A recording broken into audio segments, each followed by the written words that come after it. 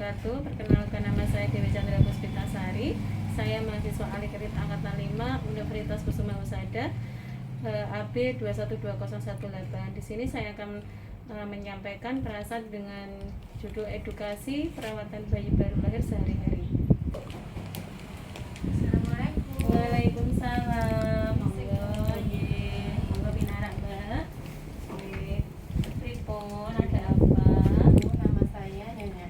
Saya umurnya 25 tahun. Ya. Kemarin itu saya habis melahirkan anak pertama. Tapi saya itu belum bisa merawat bayi baik-baik. Lahirnya kapan, Bu? Kemarin. Kemarin. Oke.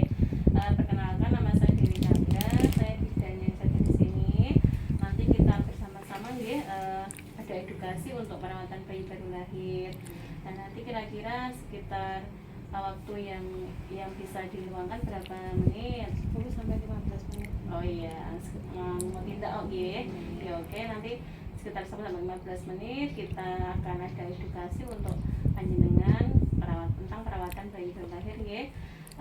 Saya tak disiapkan dulu apa nggih? Siap nggih. Ini ada edukasi. Saya cuci tangan dulu nggih, Bu nggih. Oke, cuci tangan dengan 6 langkah. Terima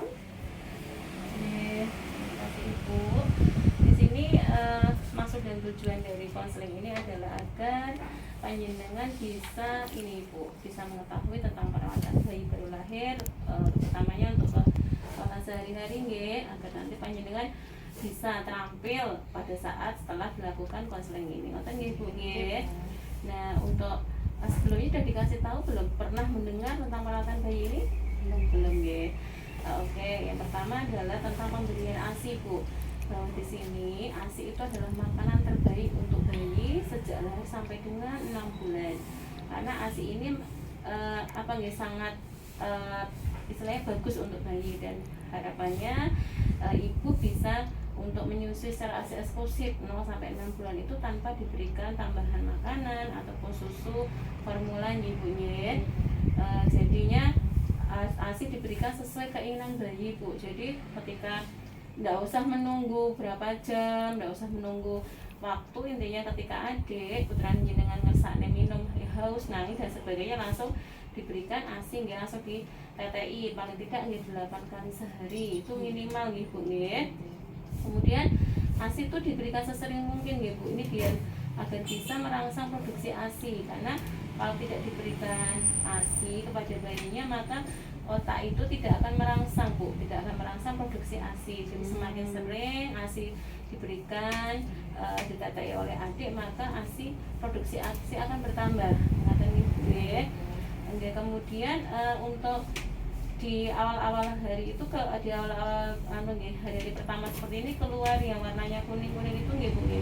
Iya, Ya, itu namanya itu namanya kolostrum. Itu sangat bagus sekali, dimana ini kolostrum ini mengandung zat-zat kekebalan tubuh. Jangan dibuang nggih, Bu nggih. Itu harus diberikan nggih.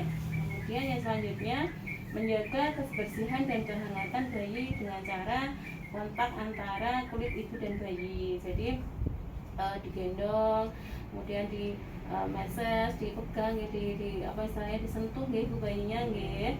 Kemudian bayi diletakkan di tempat yang hangat dan kering gitu nggih. Seperti jangan dekat sama jendelanya kondisi tertutup, kemudian hangat, jangan ketika hujan ya adik diselimuti seperti itu nggih. Kemudian adik diberikan pakaiannya bayi yang lembut, hangat, kering dan bersih. Jadi bila perlu memakai tutup kepala nggih, karena biasanya panasnya itu cepat keluar, ini suhunya cepat keluar lewat kepala. Diberi sarung tangan dan sarung kaki agar kondisinya hangat. Kemudian mengganti popok dan selimut jika diperlukan, misalnya sudah tipis, jangan nunggu lama-lama, Bu, langsung diganti ngoten nggih. Kemudian raba telapak kaki bayi nggih, bila dingin maka dilakukan kontak kulit ke kulit, ditambahkan selimut. Jadi adik ditempelkan kan teraba jadi hangat nggih, kemudian ditambahkan selimut. Kemudian jaga ruangan tetap hangat nggih, Bu nggih. Selanjutnya untuk posisi tidur bayi, sampun pirsa dereng, Bu? Yang bagus bagaimana? Dereng belum nggih. Untuk posisi tidur bayi ini biasanya usahakan bersama ibu nggih di tempat tidur yang sama untuk memudahkan menyusui sesuai dengan keinginan. Kalau adiknya di ruangan berbeda kan kita nggak tahu nih adik nangis, ngelak, haus, lapar kayak gitu kan kita nggak tahu. Nah kalau kita bubuk bareng ini bisa tahu memantau nggih, kalau dia haus atau lapar kita bisa tahu, nangis kita bisa tahu. Kemudian biasakan bubuknya pakai kelambu nggih, agar kalau ini untuk daerah malaria, kalau di sini kan enggak nggih Bu nggih. Jadi istilahnya jaga agar tidak ada kena nyamuk ngoten nggih Bu nggih. Nah, posisi tidur bayi yang dianjurkan menikah adalah telentang atau miring Bu. Jangan posisi tengkurap. Ini nggih, ini apalagi tanpa pengawasan, takutnya nanti adik ngap. Jadi bisa nanti ini nafasnya terganggu begitu nggih. Kemudian selanjutnya ada perawatan tali pusat Bu. Sampun paham belum tali pusat? Nggih, tahu tapi belum paham cara merawatnya. Oke, nah perawatan tali pusat ini pada ibu dan keluarga ini dengan caranya cuci tangan dulu Bu sebelum dan sesudah memegang tali pusat. Jadi kalau mau merawat itu cuci tangan dulu dengan 6 langkah seperti yang tadi ya. Jadi jangan langsung megang, langsung ini dari apa langsung dipegang, jangan cuci tangan dulu. Kemudian jangan membungkus putungnya itu atau mengoleskan cairan atau bahan apapun di putung tali pusat gitu, biarkan saja ya. Kemudian lipat popok di bawah putung tali pusat ya. Jadi kan kalau di atasnya nanti menggesek ya, jadi di bawahnya saja. Kemudian luka tali pusat harus dijaga tetap kering dan bersih, jangan sampai sisanya ini ada kotoran yang nempel ya, harus dijaga tetap bersih dan kering. Nanti ini akan kering sendiri dan lepas sendiri Bu, nggak usah dilepas, nggak usah dipotong, dia akan lepas sendiri.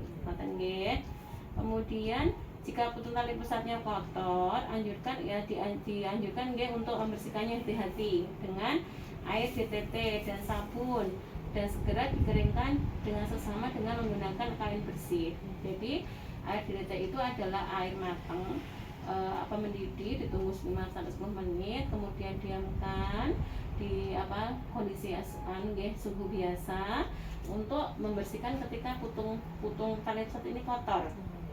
Dan setelah itu dikeringkan dengan kain yang bersih, Bu.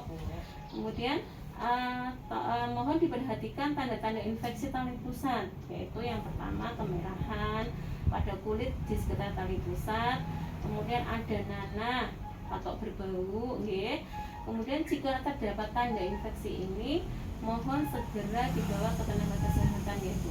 Berarti ini ada tanda-tanda adanya infeksi, ngoten nggih. Kemudian selanjutnya tentang mengukur suhu tubuh bayi Bu. Sampun perso termometer, sampun gabungan. Oh iya, yang biasa yang digital ya. Nanti caranya mengukur suhu adik itu dengan termometer digital diterbitkan di ketiak ya Bu ya. Kemudian biasanya ada alarm gitu seperti itu. Itu sudah intinya sudah terdeteksi. Nanti kalau suhunya apakah dia normal atau tidak nih, misalkan 36,5, suhunya 36,5 sampai 37. Kalau udah mulai 35,5 sampai 36,5, kalau sudah misalnya 37 itu sudah mau demam, monggo diberi ASI sesering mungkin. Kalau memang masih panas, segera kontrol ke tenaga kesehatan, ngoten nggih. Kemudian ada tanda-tanda bahaya yang harus diwaspadai Ibu. Yang pertama, 1, tidak mau minum atau memuntahkan semua. Dikasih ASI nggak mau geleng diem, kemudian kalau mau tuh muntah terus gitu nggih. Dan yang kedua kejang, yang ketiga bergerak hanya jika dirangsang. Jadi ada diem lemas, gerak tuh hanya di gemuk itu baru til gitu, dia kurang aktif nggih. Nafasnya cepat, jadi menggeh Bu, itu nafasnya itu di atas 60 kali per menit kalau dihitung per menitnya. Kemudian atau nafasnya lambat, dia nafasnya tidak teratur, istilahnya lambat nggih, di bawah 30 kali per menit. Kemudian ada tarikan dinding dada. Kalau nafas ini dinding dada ini kayak deplong gitu Bu, dia kayak ngunjal lambekan. Terus sini ada kayak deplong di dadanya. Kemudian merintih Bu, kadang kayak gitu tuh merintih. Kemudian tadi pakai termometer, teraba ada demam atau teraba ini badannya panas Bu, dicek pakai termometer suhunya di atas 38, itu harus segera salah satu tanda-tanda dari tanda bahaya. Atau sebaliknya teraba dingin, dipegang kok anyep. Kemudian dicek suhu kok ternyata di bawah 36 seperti itu nggih. Kemudian ada nanah yang banyak di mata, ini ada keluar nanah banyak nggih. Kemudian pusarnya kemerahan meluas sampai ke dinding perut. Jadi pusar itu pangkalnya merah sampai ini, sampai perutnya itu, dinding perutnya sekitarnya itu merah, itu juga berbahaya. Kemudian diare Bu, diare di sini adalah dia BAB lebih dari 4 sampai 5 kali diare terus kayak gitu, dan adik juga lemas ya. Kemudian tampak kuning pada telapak tangan dan kakinya, kan buka telapak tangannya sama kakinya kok kuning, dipencet kok masih kuning, berarti ini ada tanda bahaya pada bayinya gitu nggih. Nah tadi adalah disampaikan tanda-tanda bahaya pada bayi baru lahir nggih. Jadi nanti kalau menemukan tanda-tanda seperti itu segera dibawa ke tenaga kesehatan, bisa ke puskesmas, bidan, dokter. Nah ini coba diulangi tanda-tanda bahayanya apa tadi Bu? Tanda-tanda bahayanya muntah, terus geraknya lemah, geraknya kurang aktif, terus panas, suhu tubuh dingin juga, terus kuning, diare itu buang air besar dari 3 sampai 5 kali, 4 sampai 5 4 sampai 5 lebih kali. dari ya gitu. Terus apa tadi lagi Bu? Merintih, Oh iya, kejang, merintih. seperti itu nggih. Oke. Jadi itu adalah salah satu tanda bahayanya. Nanti bisa diulang-ulang, bisa dibaca di buku KIA nanti ada. Ketika nanti menemukan tanda bahaya seperti itu segera lawan ya Bu ya, bisa pindah ke sini atau ke vaskes terdekat ya kan ya Bu. Begitu, ada yang mau ditanyakan lagi? Betul nggih. Alhamdulillah, kalau tidak ada berarti Ibu sudah paham. Mudah-mudahan ilmunya bermanfaat nggih Bu nggih. Apa gitu? Nggih, monggo Bu.